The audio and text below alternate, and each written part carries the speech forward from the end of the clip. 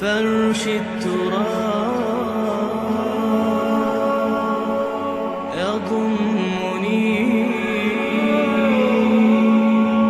وهو غطاء.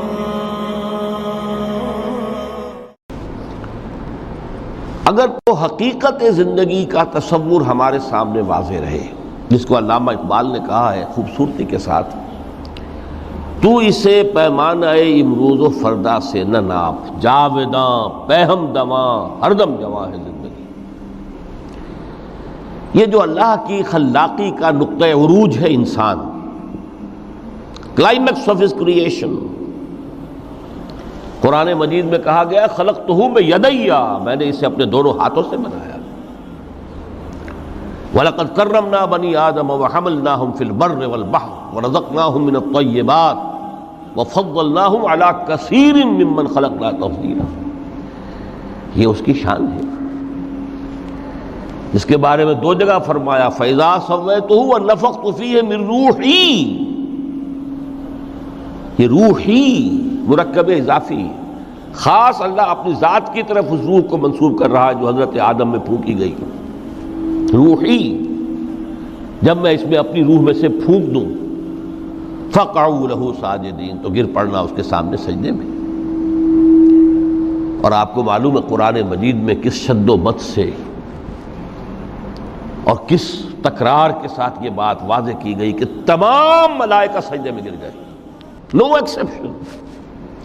فَسَجَدَ الْمَلَائِكَةُ كُلُّهُمْ أَجْمَعُونَ، تین الفاظ جو ہیں تاکید کے لیے.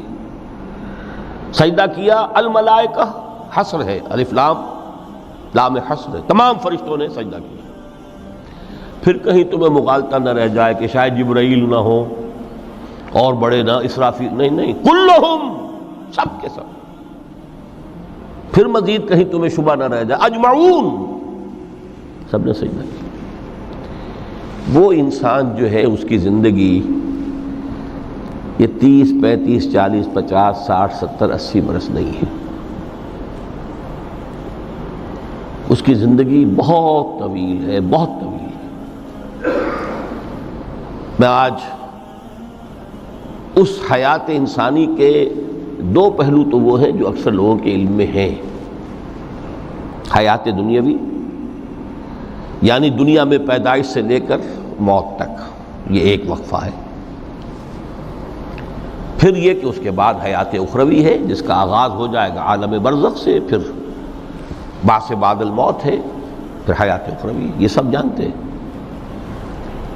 لیکن یہ کہ اس دنیا میں آنے سے پہلے بھی ہم ایک زندگی گزار آئے ہیں، اور بدقسمتی سے اس کا تصور بہت کم لوگوں کو حاصل ہے.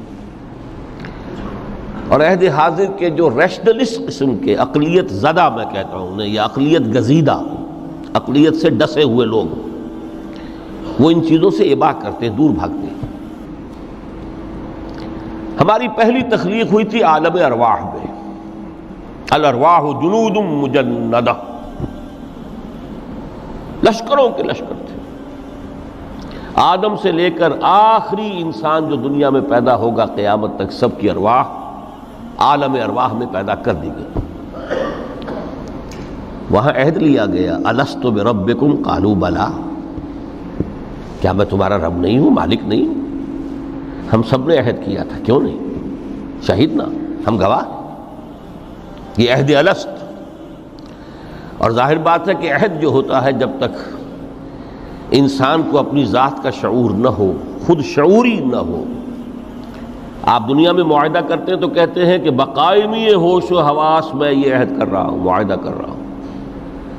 تو ظاہر بات ہے کہ اس وقت ہم تھے اور ہوش و حواس کے ساتھ تھے، خود شعوری کے ساتھ تھے، لیکن صرف ارواح تھی، جسد نہیں تھے. اور یہی ہے وہ مقام جس کے بارے میں حضور نے سے جب پوچھا گیا کہ متى وجبت لک النبوۃ یا رسول اللہ، اللہ کے رسول آپ کو نبوت کب ملی؟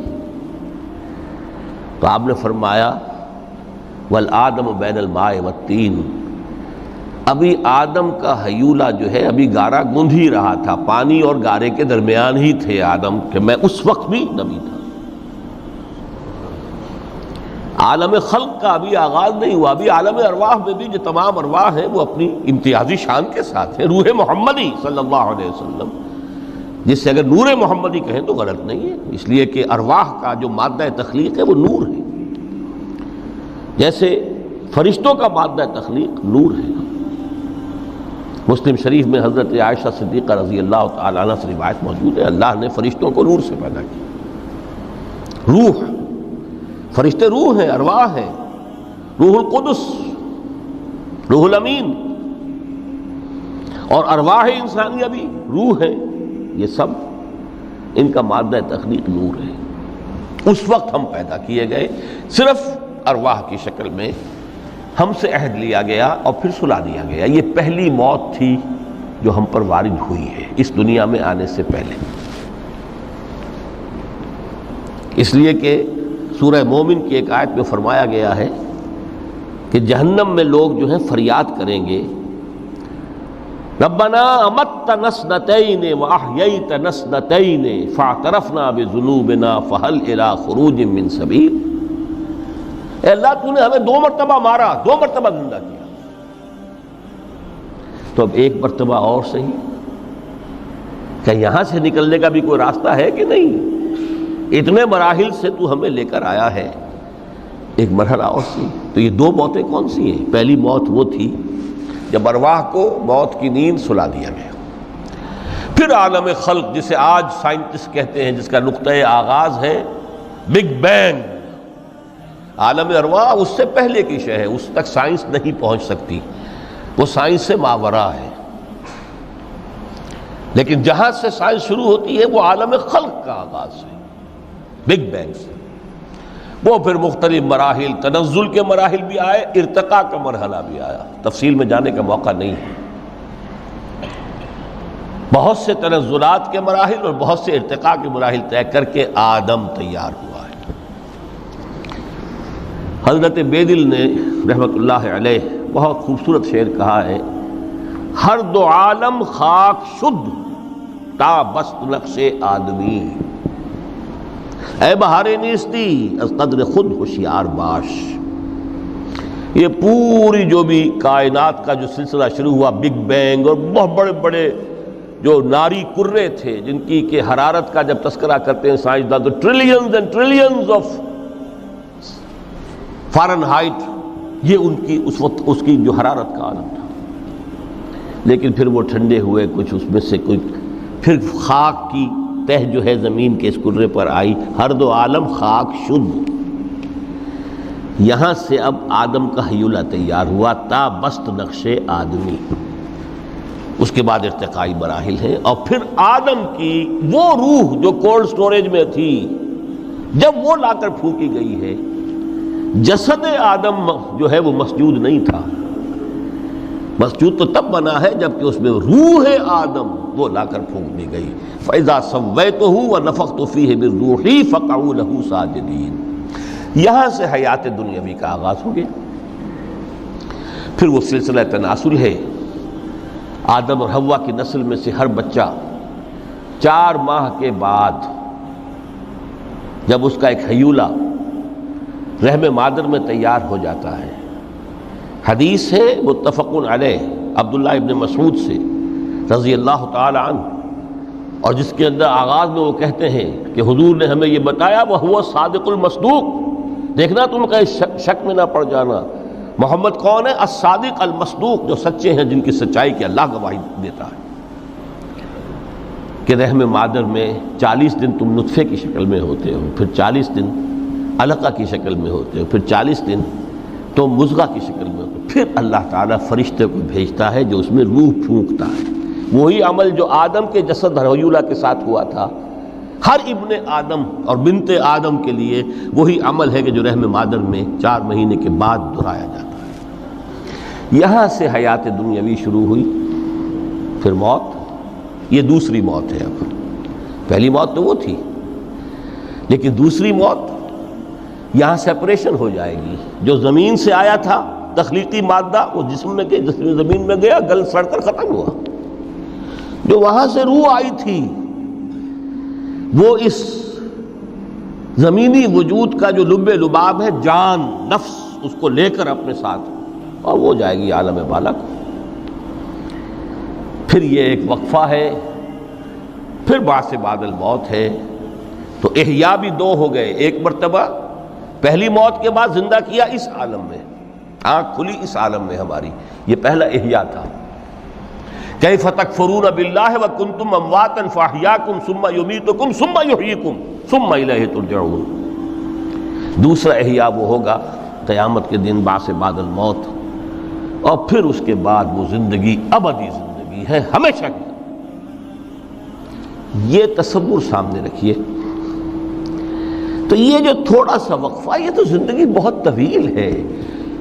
تو اسے پیمانہ امروز و فردا سے نناب، جاویداں پہم دماں، ہر دم جواں ہے زندگی۔